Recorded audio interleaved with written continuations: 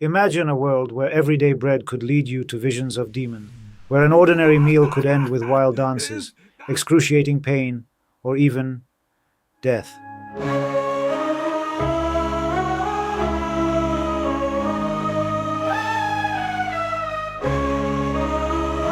This is the world of medieval Europe, where an invisible enemy held sway. Meet Ergot, the main hallucinogen of the Middle Ages. LSD, one of the most potent hallucinogens, was synthesized in the last century precisely from ergot, and almost the entire population of Europe, including children and the elderly, spent the Middle Ages under the influence of ergot, caught in an endless bad trip. But why a bad trip? Why such horrors? After all, recalling Hofmann and McKenna, experiences under LSD aren't always so dire. We'll talk about that too. I hope you have an idea of the suffering in the Middle Ages when witches, devils, spirits, and magic were as real as Darwin's theory or the law of conservation of energy is to us today. The level of lawlessness, the threat of sudden death, violence, hunger, universal illiteracy. With such a backdrop, only bad trips are possible. These were vividly depicted for us by the witness and participant of those times, Hieronymus Bosch.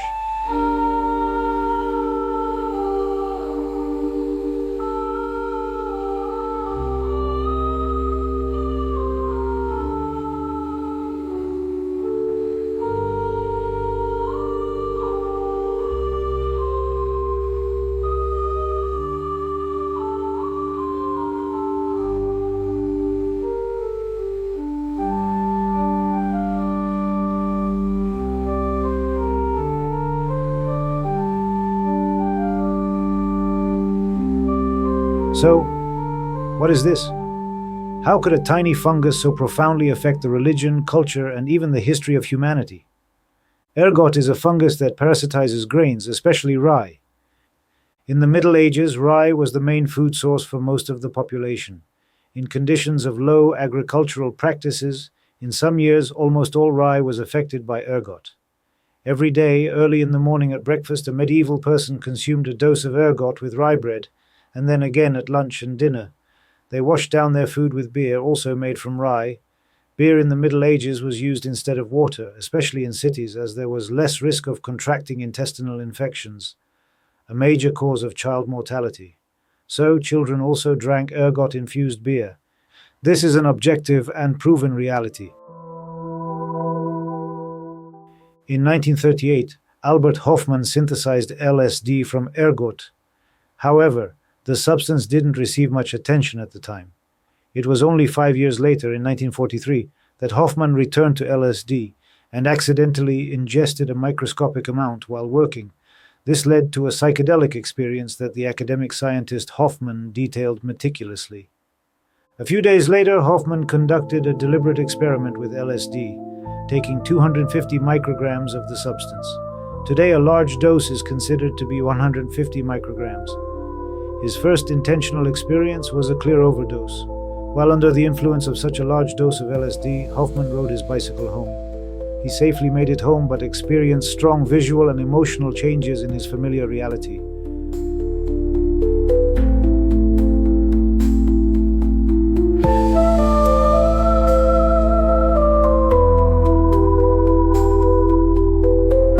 This day, April 19, 1943, went down in history as Bicycle Day. Why was Hofmann working specifically with ergot? It contains substances of great importance in modern medicine, ergotamine and ergometrine. They have a strong vasoconstrictive effect, stopping bleeding, primarily used in obstetrics.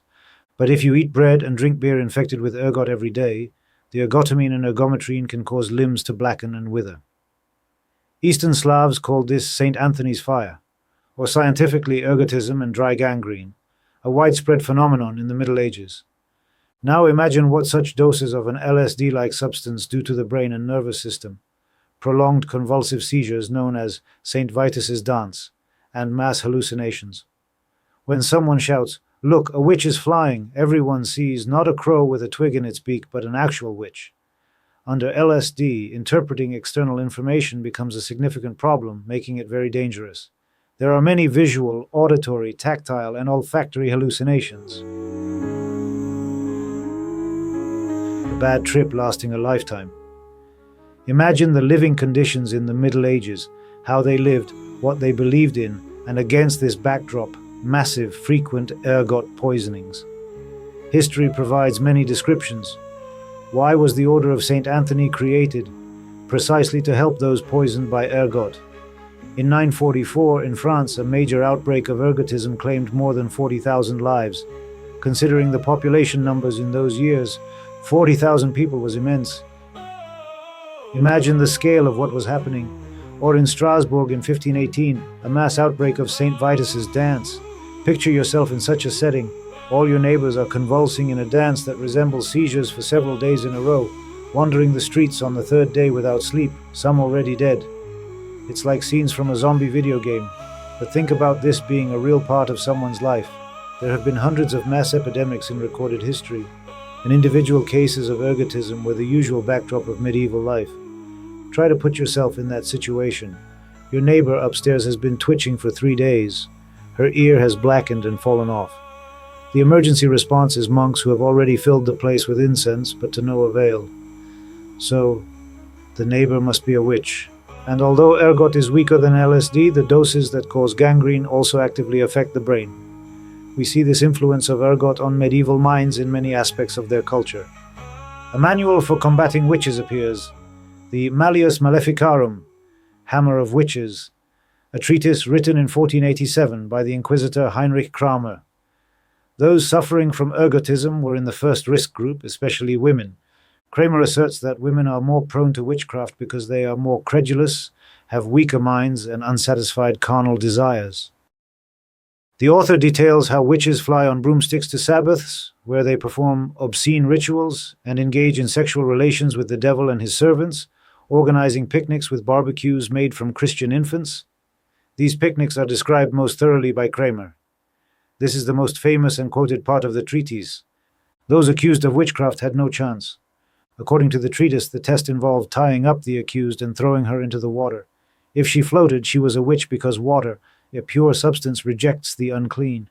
She was then burned. If she drowned, she was innocent, but unfortunately already dead. This was the cultural backdrop: ergot poisoning, an authoritative psychopath, and the Malleus Maleficarum, one of the most brutal and absurd works of the Middle Ages.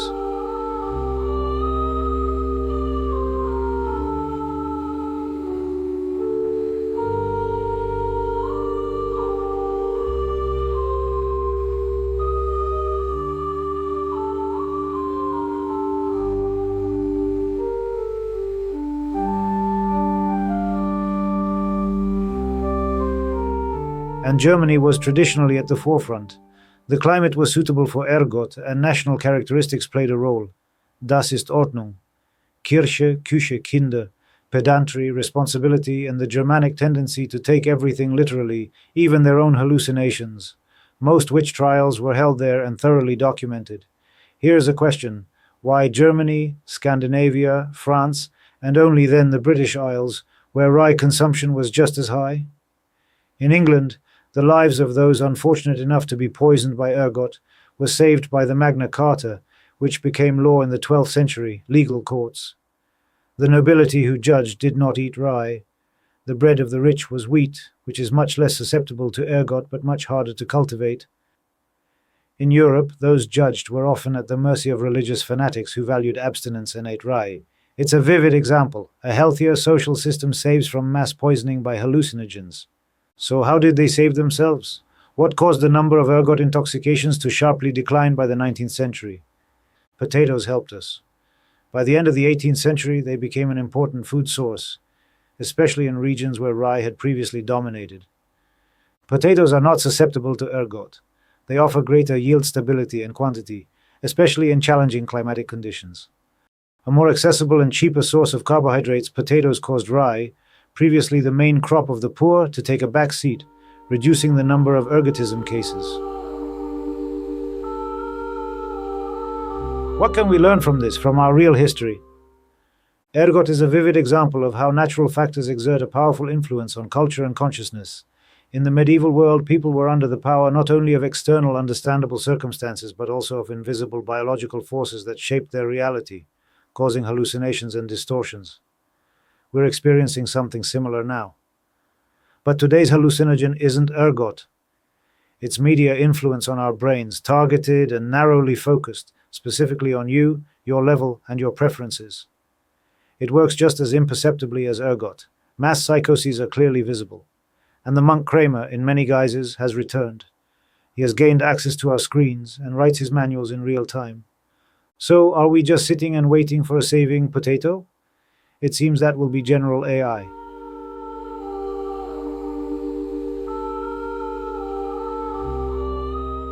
I hope it doesn't ruin us but can correct and heal us from this informational ergotism. Please give feedback, like, and subscribe. There are many more interesting topics we'd like to discuss. Thank you for your attention.